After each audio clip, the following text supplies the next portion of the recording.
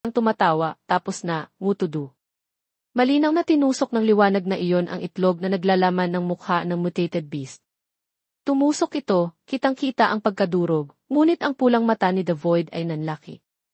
Malinaw na nakita nito na tinamaan nito, ngunit bakit kakaiba ang pakiramdam?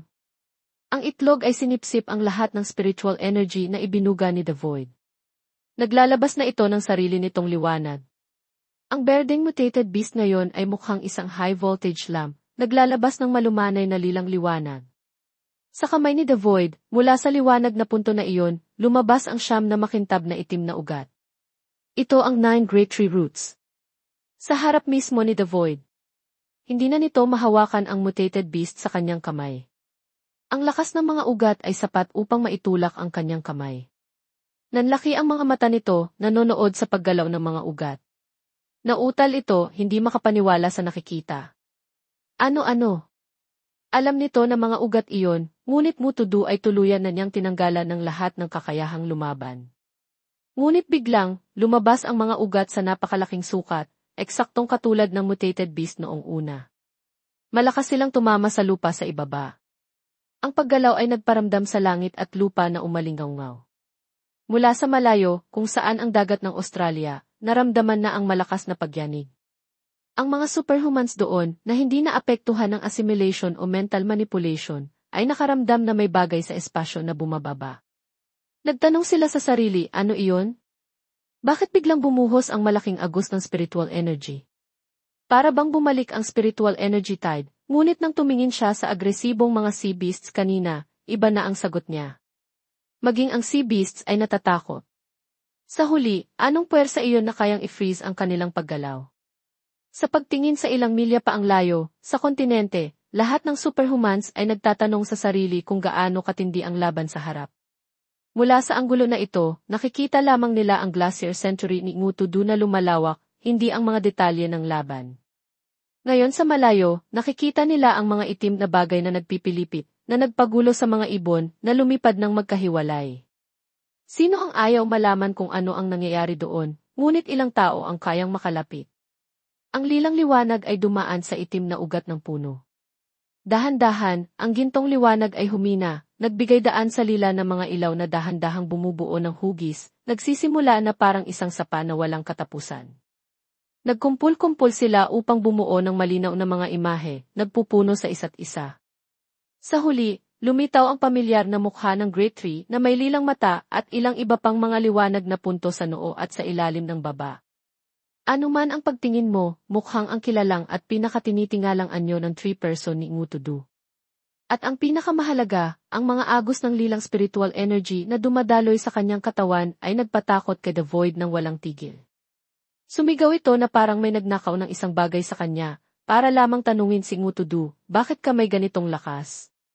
Sa huli, ikaw di. Mukha itong pamilyar. Ang sinaunang lakas na iyon, bakit lumitaw sa mutated beasts? Tiningnan ito ni Ngutudu, mapanukso. Para talunin ka, bumalik ako mula sa impyerno. Sa literal na kahulugan, ganoon talaga. Kung sasabihin pa niya ang mas detalyado, si Ngutudu ay bumalik pa sa nakaraan. Umuwol si The Void, tinawag ang kanyang kalaban sa kanyang perpektong anyo ng tree person. Ang berdeng baging ay nakapulupot pa rin sa ibabaw ng ulo nito, ngunit ang katawan ngayon ay mukhang malinaw na na-upgrade. Si Ngutudu, na walang bahid ng pinsala, ay nararamdaman ang napakarami, walang katapusang spiritual energy na bumubuhos sa kanyang katawan. O, dapat ba kitang tawagin, Little Black? Ang kaswal na paraan ni Ngutudu sa pagsasalita na parang nagsasabi ng katotohanan ay nagpatitig kay The Void. Nais niyang mabasag ang kanyang mga mata. Ang pangalan na nalibing ng 100,000 taon ay tinawag ng isang nilalang na malapit na niyang patayin. Sa isang iglap, nabaliw si The Void. Alam mo kung saan nanggaling ang pangalang ito. Umusad ito, kinwestiyon si Ngutudu, kahit na malabo na sa isipan nito ang sagot, hindi lang ito. Naniniwala. Ang mutated beast na malapit ng mamatay kanina, ngayon ay bumalik na may agos ng spiritual energy at ang lumang paraan ng pagtawag. Sino ang may oras para magpaliwanag? Ikinumpas niya ang kanyang kamay, sinimulan ang labanan agad-agad. Marami pang bagay na hindi mo alam. Ibinuhos nito ang kanyang mga tentacles, galit na sumigaw, hindi mo ako pwedeng gayahin sa pagsasalita. Umiral si The Void mula pa noong Cretaceous period. Palagi nitong itinuring ang sarili bilang master, lolo ni Ngutudu. Ang kwento ng kanyang kaalaman ay mas mahaba kaysa sa 5 taon niyang muling pagkabuhay. Ngunit lahat ng tentacles ni The Void ay naging abo sa simpleng kumpas ng kamay ni Ngutudu. Isang bagay na parang alikabok ang lumipad sa hangin, mabilis na dumaan, pinuputol ang mga tentacles na parang semento at bato. Ang bagay na iyon ay sumugod patungo sa interface ni The Void, pumuputol sa kanyang katawan. Narinig ang malakas na T-boom, pagkatapos ay itinapon ang malaking masa pabalik. Ang mga bato at lupa sa likuran ay nagliliparan, nililinis ang daan para kay The Void. Paano niya inakala na isang kumpas lang ng kamay ng mutated beast ay magpapawala sa kanyang momentum at magpapabuga pa siya ng isang bugso ng pulang dugo? Ito ay isang koleksyon ng maraming mutated beasts na na-assimilate. Gaano man kademonyo ang itsura sa labas, nagbuga pa rin ito ng dugo, nagpapatunay na mayroon pa rin itong kahinaan. Bumalik si Ngutudu upang habulin ito hanggang mamatay. Malakas niyang itinapak ang kanyang makapangyarihang paa sa harap ng halimaw. Itinaas niya ang kanyang kanang kamay, mahigpit na hinigpitan ito, puno ng determinasyon. Hindi ko hahayaang mangyari ang gusto mo. Pagkatapos ng pangungusap, sunod-sunod na bilog ng makapal na itim ang lumabas, ginagawang sentro si Ngutudu, na gumugulo sa buong himpapawid. Palakas ng palakas ang tunog ng pagpapalipad. Ang langit at espasyo sa loob ng tabing na iyon ay agad na naging madilim, tinakpan ng anino ang mga puno, damo, lupa at bato, ginagawang Australia na parang isang espasyo na nakahiwalay mula sa planeta. Ang loob ng tabing na ito ay pinaghihiwalayan pa ng Milky Way na puno ng mga bituin. Tumunghay si The Void, malabo nitong napagtanto na tila alam niya ang move na ito, ngunit medyo iba ito. Hayaan si Ngutudu ang magpaliwanag para sa kanya upang maunawaan niya ito. Ito ang move na nagpatigil sa oras. Ito rin ay tulad ng isang instantaneous movement na pansamantalang nagpapahinto sa oras, ngunit ang pangunahing pagkakaiba ay hindi ito kumokonsumo ng spiritual energy points. Iyan lang ba para patayin ako? Sumugod si The Void, tumawa. Nagpapaliban ka lang ng oras. Hindi mahalaga. Kalmado si Ngutudu na nakatayo sa oras na kanyang pinatigil, nagpapaliwanag para sa kanya upang maintindihan niya. Ngayon, nasil na ang oras. Walang spiritual energy ang magbibigay ng evolution points sa iyo. Hindi mo na magagamit ang iyong mga kakayahan. Ngunit hanggang ngayon, marami pa ring evolution points si The Void na kinakalkula sa 10-10 milyon. Hindi nakapagtataka na tumatawa ito ng malakas, walang pakialam. Akala mo ba kaya mo akong talunin sa ganoon? Nangangarap ka. Ang katawan ko ay sumipsip ng malaking dami ng mutated beasts. Kahit hindi ko gamitin ang sistema, kaya ko pa ring talunin ka. Nagbukas si The Void ng kanyang malaking bibig, naglabas ng soundwave ring move. Nakita niyang nagugulo ang hangin, parang may barbed wire na lumilipad. Gumamit ito ng high-frequency sound upang atakihin si Ngutudu. Si Ngutudu sa kabilang panig ay hindi umiwas. Sinubukan niyang gawing solid ang buong katawan niya, hanggang sa hindi na kaya ng soundwave ring nasaktan siya. Mabilis siyang sumugod, nagpatakot kay The Void. Ginamit niya ang kanyang pinatibay at pinatigas na braso, sinamahan ng kidlat ng Control Thunder, sinuntok ng malakas ang malaking katawan ni The Void. Umalingaungaw ang tunog, parang dumadagundong ang langit at bumibiyak ang lupa. Kaya ba ng isang galaw na ito nahatiin ang fused form ni The Void?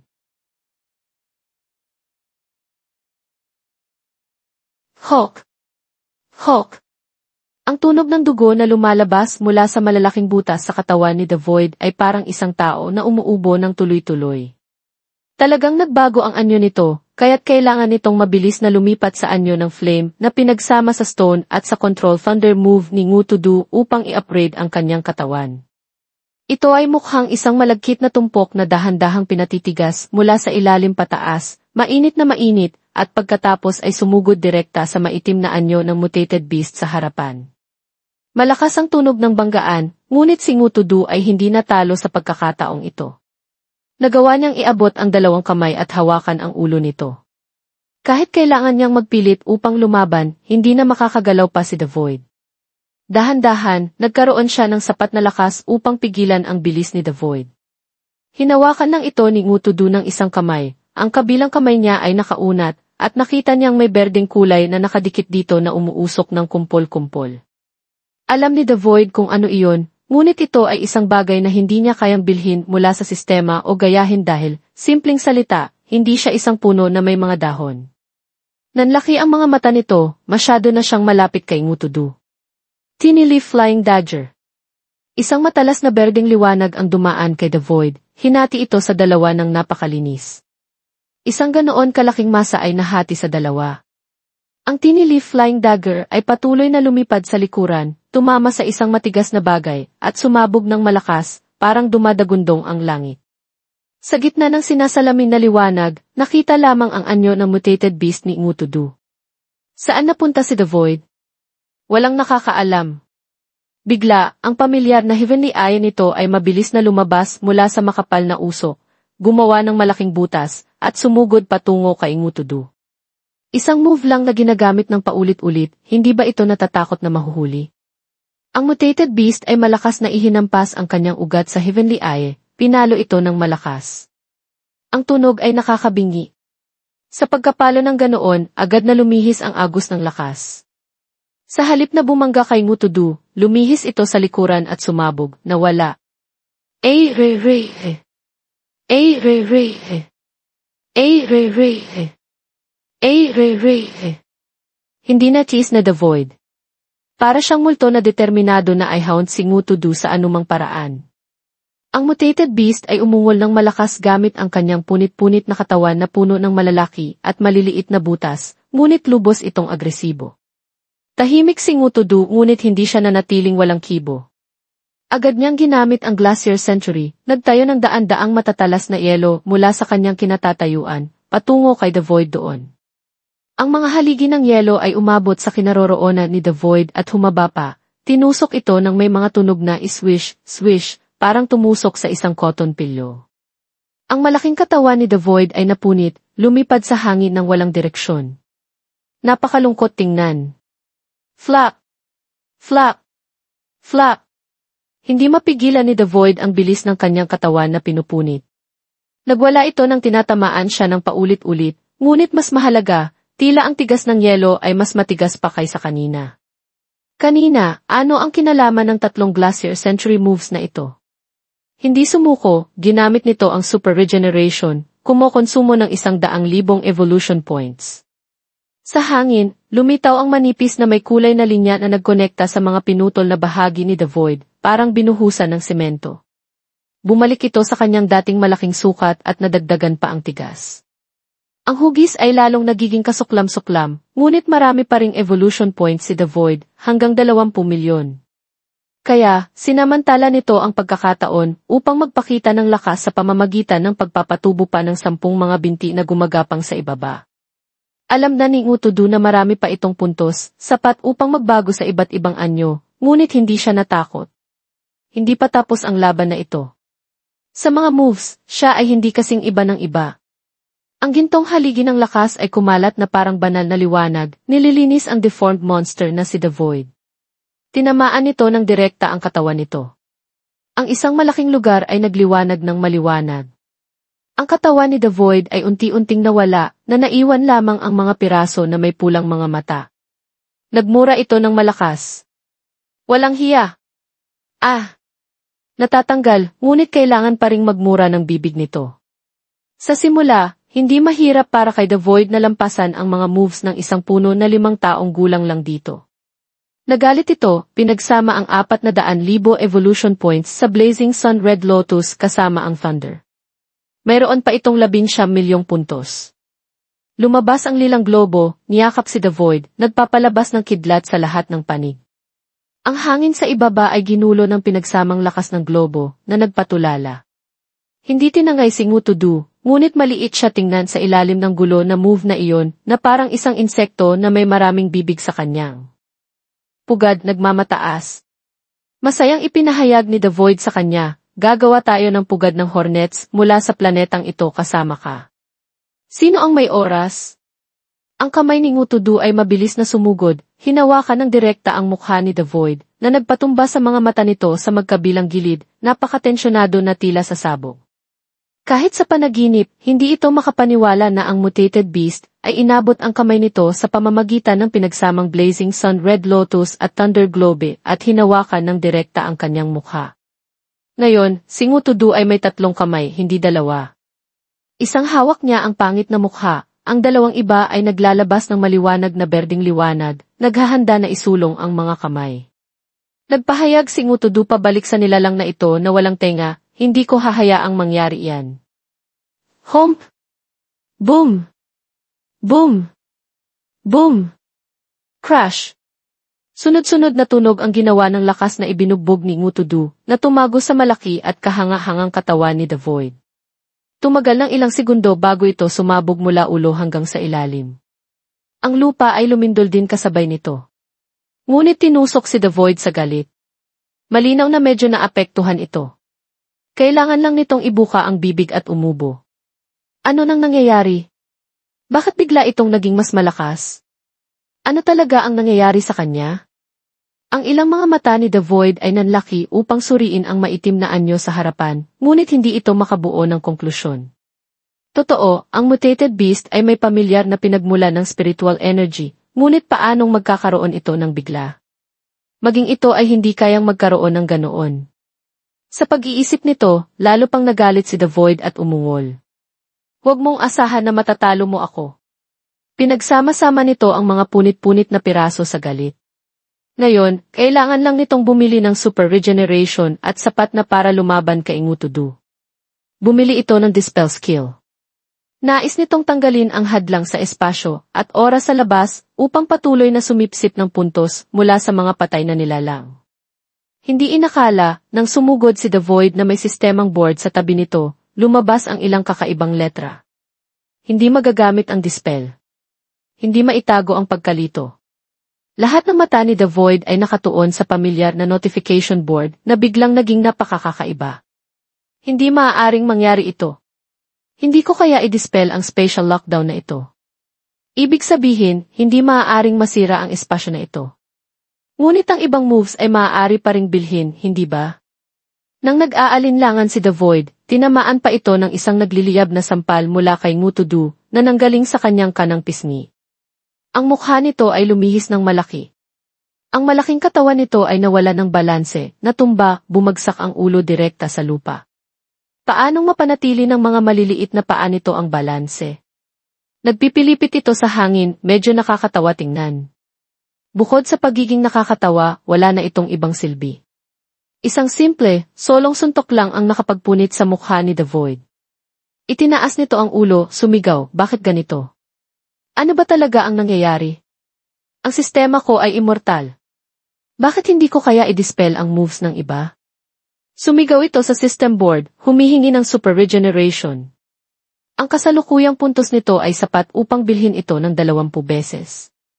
Akala nito sa dami na iyon, tiyak na makakahanap ito ng paraan upang patayin ang mutated beast. Ngunit sa maitim na screen, lumabas ang ilang maikling salita, failed to purchase. Parang pinatay nito ang kanyang galit. Ang mga mata nito ay nanlaki. Bakit ganito? Kung walang super regeneration, paanong makakapag-counterattack? Paano magkakaroon ng pagkakataon ang punit-punit na katawan na ito? Hindi. Nabaliw si The Void. Patuloy itong sumigaw ng lahat ng uri ng move sa sistema. Bumili ng healing. Parehong lumang notification board, failed to purchase. Bumili ng life power. Nag-flash ang sistema, pagkatapos ay nagbalik sa eksaktong board kanina. Pareho pa rin, failed to purchase. Bumili ng regeneration para sa akin. 2 salitang malinaw na malinaw, failed to purchase. Natakot na si The Void. Nagsimula itong manginig, bumulong, hindi pa ito nangyari dati. Saan ang problema? Hindi nakakahanap ng sagot mula sa kanyang omnipotent system, sumigaw si The Void patungo kay Ngutudu. Ano nang ginawa mo sa akin? Hindi alam ni The Void kung konektado ba ang paglitaw ng kakaibang lakas at ang nakakalamang na antas ng mutated beast, ngunit desperado itong gustong maniniwala. Ang taong iyon, ang taong nasa harapan niya, ay may ginawa sa kanya. Wala nang oras si Ngutudu na makipag-usap kay The Void. Ang kanyang mga ugat ay naging mga dragon na may malaking bibig, nagtitipon ng spiritual energy upang bumuo ng mga bola ng liwanag na sapat upang malinis ang natitirang bahagi ng halimaw sa harap niya. Hindi ko hahayaang sirain mo ang lahat. Ganoon lang. 9 Great Tree Roots. 9 na ugat, 9 na ulo ng dragon na nagtitipon ng mga spiritual energy ball, nagpapailaw. Sa buong espasyo kung saan nakatayo si Ngutudu. Papatayin kita dito. Naiintindihan ko kung bakit kinamumuhian mo ang sangkatauhan, ngunit hindi mo dapat ilibing ang lahat ng nilalang kasama sila. Ang mga salita ni Ngutudu ay tiyak na tiyak. Paalam, the void. Swoosh! Swoosh! 9 na spiritual energy balls ang naging 9 na nagliliyab na gintong haligi ng liwanag. Bagaman magkaiba ang kanilang pinagmulan, nagkaisa sila sa iisang lugar upang dagdagan ang lakas ng labanan. Isang malaking globo na parang araw ang bumagsak sa kinaroroonan ni The Void. Hindi ba ito mukhang tuyong dumi na nakatayo sa araw? Hindi nakabili ng skills mula sa sistema, nakatayo lang si The Void, nagtitiis sa atake. Ang ilang mga binti sa ibaba ay hindi man lang matatag sa pagtayo, paano siya makakatakas? Dahan-dahang hinila ng spiritual energy column ang mukha ni The Void, pinunit ang lahat, at pagkatapos ay sinipsip ito papasok. Ang kalahating bahagi ni The Void ay lumubog. Pilit nitong sinubukang salagin ito, tulad ng pagyakap sa isang malaking marmol, ngunit walang silbi. Unti-unting natutunaw ang mga bahagi na nakikipag-ugnayan. Nang tiyak na malapit ng maging abo si The Void, bigla na lang napansin ni Ngutudu na may bagay na bumangga sa spatial at time-frozen space na nilikha niya. Napatigil siya sa pagkabigla. Nakita rin ni The Void. Hawak pa rin ang spiritual energy mass ng labis na hirap, ngunit ang bibig nito ay patuloy na nagbibigay ng mga leksyon. Kahit protektahan mo ang sangkatauhan ngayon, magkakaroon ng araw na babalik sila at lalamunin ka. Ang sangkatauhan ay mas malakas na nilalang kaysa sa iyong iniisip. Kaya naman kailangan ko silang patayin. Mukhang nagbigay ng lakas ang mga salita ni The Void sa sarili nito. Sa sandaling ito, nagawa na niyang makaangat ang buong katawan at itulak pabalik ang globo. Patuloy na umalingaw ang malakas na ingay. Wala na ang proseso ng pagsusunog kay The Void. Naiirita si Ngutudu. Naitulak dito, kiyasay, hindi pa tapos ang paghahanap kay The Void. Nagsimula nang bumangga ang nilikha niyang espasyo sa buwan. Lumabas na mahigit kalahating oras na ang lumipas sa pakikipaglaban. Tulad ng sinabi ni The Void, malapit nang bumangga ang buwan sa daigdig. Ang lupa sa paligid ay nabitak dahil sa presyon mula sa buwan at espasyo. Labis na nanginginig si Ngutudu. Kung magpapatuloy ito ng ganito, isa na naman itong mahabang labanan. Kakailanganin niyang labanan ang magkabilang panig, at, sa totoo lang, ang bahagi ng buwan, hindi pa nasubukan ni Ngutudu na labanan iyon. Bigla, sa kalagitnaan ng lahat, umalingaw ang isang malakas na tipi sound. Bumagsak ang katawan ni The Void na parang lobo. Ang pinakakakaiba ay, ito ay bumagsak mula sa loob. Isang pulang mata na nagkadurog ay nagpababa ng lakas nito ng malinaw. Pagkatapos nito, ang solidong katawan ni The Void ay nagsimulang maghiwalay. Sumigaw ito ng takot, ang aking katawan ay hindi kayang gawing solid. Hindi kayang salagin ni The Void ang spiritual energy mass. Kailangan nitong harapin ang lakas na kumakain sa kanya, habang nagpupumiglas na maghanap ng paraan upang ipaliwanag kung ano ang nangyayari sa katawan na ito. Ang sistema ay ang tanging lugar na may sagot. Ngunit sa sandaling ito, may mga kakaibang tunog na swish-swish. May mga pulang linya na tumatakbo pataas at pababa sa paligid ng teksto, na lumalabas at nawawala, ngunit nababasa pa rin ang nilalaman. System Virus Invasion. Mabilis na nagbago ang mga pulang membrana ng sistema, lumitaw sa mga spheres kung saan ikinulong ni The Void ang mga nilalang kanina. Nakita niyang nagpupumiglas sila na parang sinusubukang makatakas. Ang kanilang mga mata ay hindi na mukhang kinokontrol, ngunit mapulang-pula.